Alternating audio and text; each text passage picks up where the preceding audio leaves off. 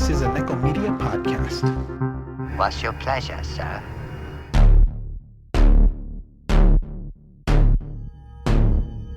Welcome, cinephiles and Cenobites. This is episode 6 of season 3. I'm your host, Annika Pussyfoot, cat Cenobite living in hell. Today's movie pick is frightfully hellish and shocking. Lots of gore to boot and bloody effects, but the story has issues. Let Moxinor explain what that means on this review of the recently released indie horror flick, American Fright Fest. Alright, well, welcome to this new episode. Today we're going to be reviewing the indie horror flick, American Fright Fest, directed by Ante Novakovic and written by Robert Gillings. The film stars Dylan Walsh. We have Madison McKinley, Romeo Miller, Mercy Malik, Ashley Blankenship, and a whole bunch of others. Really, it's kind of a large. It's ensemble, yeah. Ensemble. Thank you, IMDb. Yes. So the movie, in a nutshell, it's about a fright fest, or I call them haunted houses. Right. And it's open for the crowd, and it suddenly becomes real. Right. With actual killers. It's one of those. The hallways of this abandoned I feel like asylum. I feel like I've seen this exact premise, but done a little better. I mean, that other movie it reminds me of was done a little better, but the ending was just kind of as silly as well. But it really did kind of keep you guessing more than this one. Is it real? Is it not? Is it real? Is it not? Sure. But I don't know if that's this one's gimmick, if it's meant to keep you guessing. I think it's just, they think it's something, then shit just got real, right? And now they're all stuck there. And Dylan Walsh's character kind of goes nuts. Yes. So in a nutshell, that's basically it. Right. All right, so let's get into this. I gotta say, I feel like, who the fuck's point of view is this story told from? Because it opens with that crazy guy who we think murdered, I guess, his parents or whatever, right? Yeah. And then it cuts to Dylan Walsh, who, they want to oversee this haunted house thing. But then I feel like it shifts to now these random teens or whatever who get trapped in there. Like, who the fuck point of view is this story told from? Like, right? Right. So in the beginning, that's Mason, played by Luke Baines.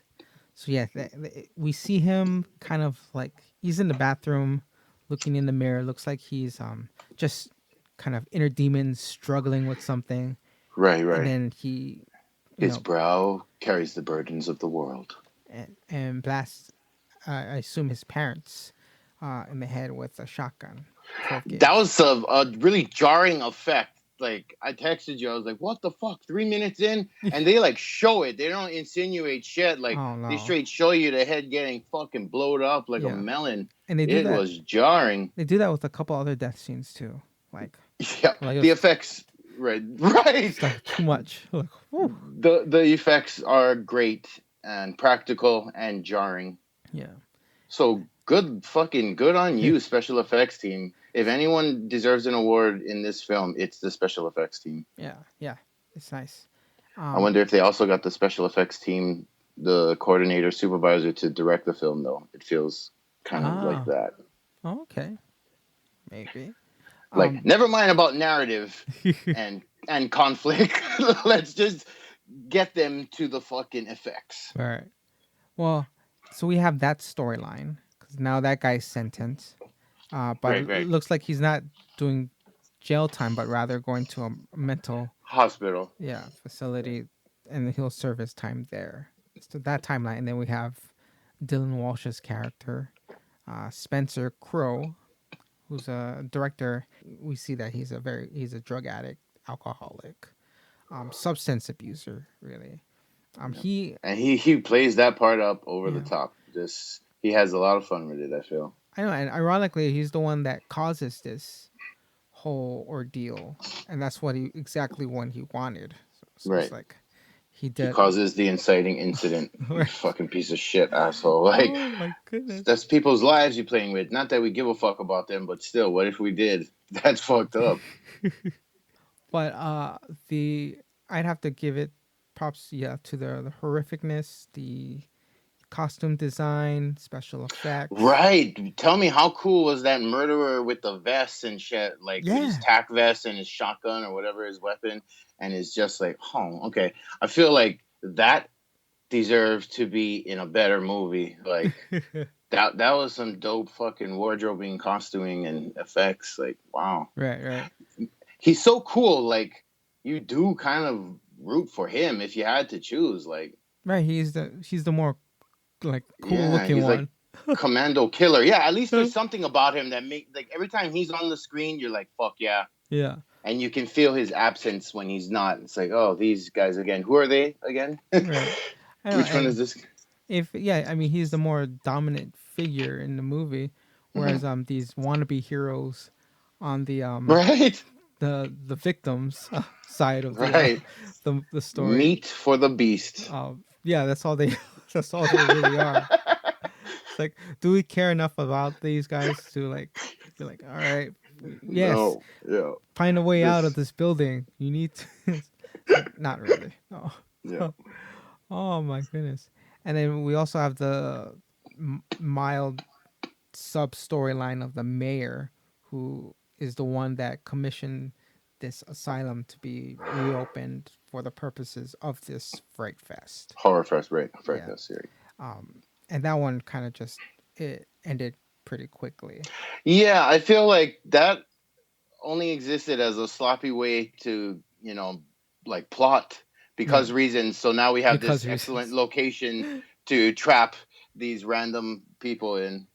And this is supposed to be the one thing that's supposed to boom the economy for this small town. Right. Like, I don't know if that logic Hmm. holds, but whatever If at it this works point, for right? the town, sure. I I mean, guess, yeah. Like, okay. Like, this kind of reminds me of the houses that October built, in the sense that, yeah, there are some towns that really go all out for for haunted houses and shit, and hmm. they do generate, a profit. So maybe that's was their thinking. How far am I If gonna travel to see this right, just one haunted fucking house? haunted house, right, where you actually get killed. And I also too, I feel like you know, if this movie were even more terrible, especially on the effects side, it could fall into that so bad it's good.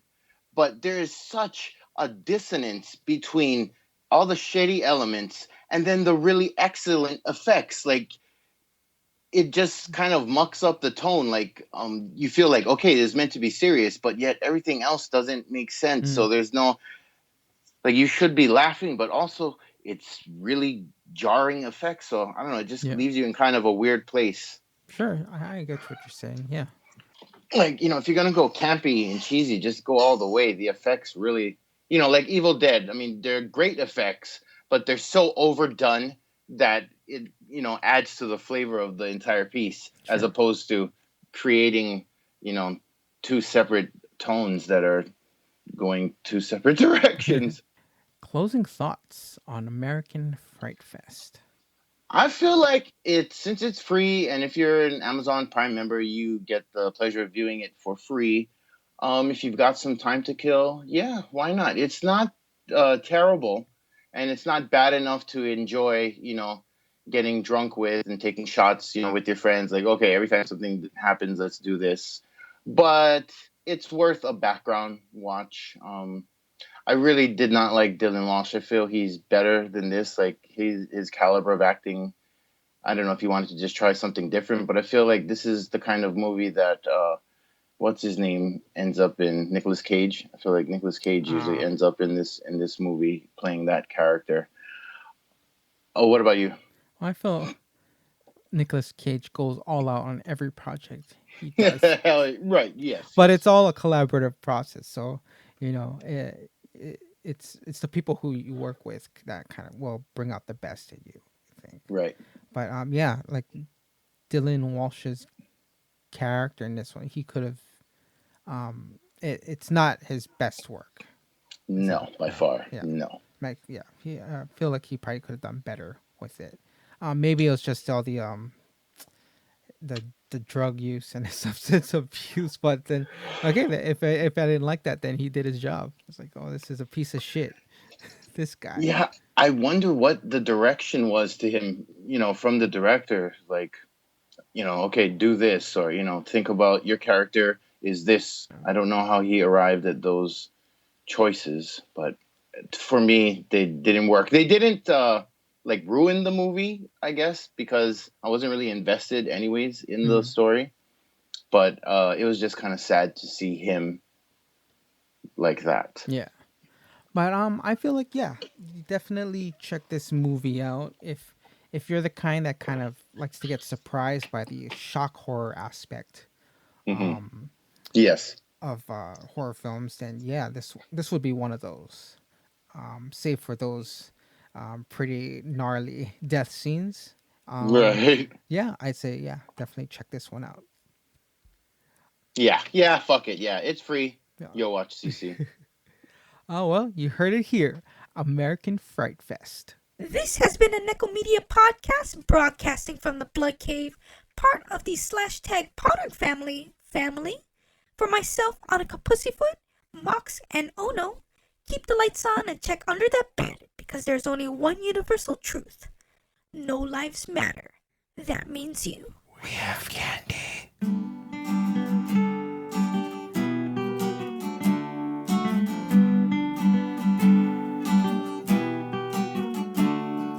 This is us, Ono and Mox's podcast.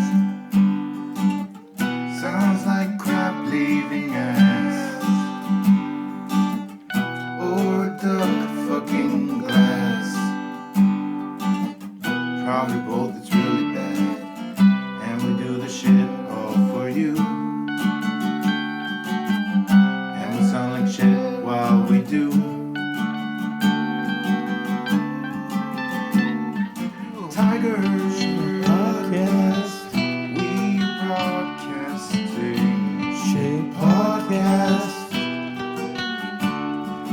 Tigers podcast, in your face, in your dreams. Shit podcast. Tigers podcast, we broadcasting shit podcast. Tigers shit podcast, in your face, in your dreams. Shit podcast.